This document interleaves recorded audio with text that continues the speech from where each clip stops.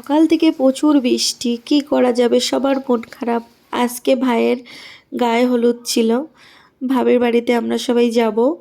অনেক জিনিস কেনাকাটা করে নিয়ে এসেছি, সেগুলো আমরা নিয়ে যাব মেয়ের বাড়িতে। তো সব বোনেরা মিলে সকাল থেকে তোড়জোড় শুরু হয়ে গেছে।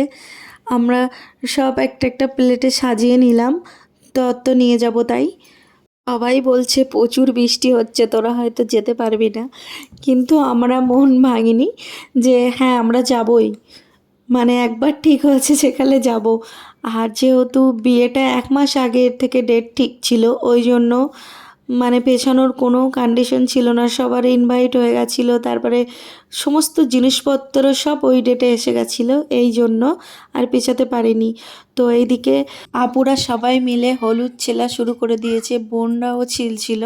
তো হলুদটা নিয়ে যাব, ভালোভাবে বেটে নিলাম। বাটার পরে এটা সাজিয়ে নেব। একে দেখো প্যান্ডেলের ভিতর দিয়ে বৃষ্টি পড়ছে, সবার একটু মন খারাপ ছিল, কিন্তু তাও বিয়ে তো কি করা যাবে। এদিকে হলুদেরটাও প্যাক করে নিয়ে গাড়িতে উঠে পড়লাম। সবাই আমরা ভাই বোনেরা সবাই রেডি। এইদিকে 5 দিন ও রেডি হলুদ পাঞ্জাবি পরে, আর আমরা সবাই সালোয়ার পরেছিলাম, কারণ প্রচুর বৃষ্টি হচ্ছিল, তো শাড়ি পরে হয়তো ভালোভাবে যেতে পারবো না, এই কারণে। তো আমরা গাড়ি নিয়ে বেরিয়ে পড়লাম। এদিকে বাইরে এসে দেখলাম হালকা হালকা বৃষ্টি হচ্ছে। এর বিয়ে বলে কথা, 1 মাস আগে থেকে অনেক কিছু করার কথা ভেবে রেখেছিলাম আমরা বোনেরা, কিন্তু কিছুই হলো না। সবাই শাড়ি জুয়েলারি সব কিছু ঠিক ছিল, কিন্তু কারোর আর পরা হলো না, সালোয়ার পরে আসতে হলো। দেখতে দেখতে মেয়ের বাড়িতে চলে আসলাম। তো আমরা একটু নেমে যাচ্ছিলাম, কারণ ভিতরে অনেক জল ছিল, তাই হেঁটে হেঁটে যাচ্ছিলাম।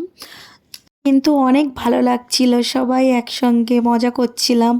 এসব দিন হয়তো আর ফিরে আসবে না, সব একসঙ্গে অনেক মজা করলাম। তারপরে মেয়ের বাড়ির ভিতরে চলে আসলাম, সে দেখলাম হবু ভাবি এখনও রেডি হয়নি। তারপরে যাওয়ার সঙ্গে সঙ্গে আমাদের জুস দিল, তারপরে মিষ্টির নাস্তা দিল, তারপরে আমরা রেডি করলাম। এই দেখো সুন্দরী ভাবি আমাদের বসে আছে। তারপরে হলুদের মাখার প্রোগ্রাম শুরু হয়ে গেল। তো এখানে আমার বোনেরা, ছোট ছোট বোনেরা সবাই হলুদ দিচ্ছে। তো ভাবি একটু ইমোশনাল হয়ে গেছিলো। সবাইকে হলুদ দিতে দেখে ফারদিন সোনাও হলুদ দিল। তারপরে আমরা চা খেলাম, খেয়ে বেরিয়ে পড়লাম। ভিডিও যদি ভালো লেগে থাকে লাইক কমেন্ট শেয়ার দিয়ে আমার পাশে থাকবেন। আল্লাহ হাফেজ।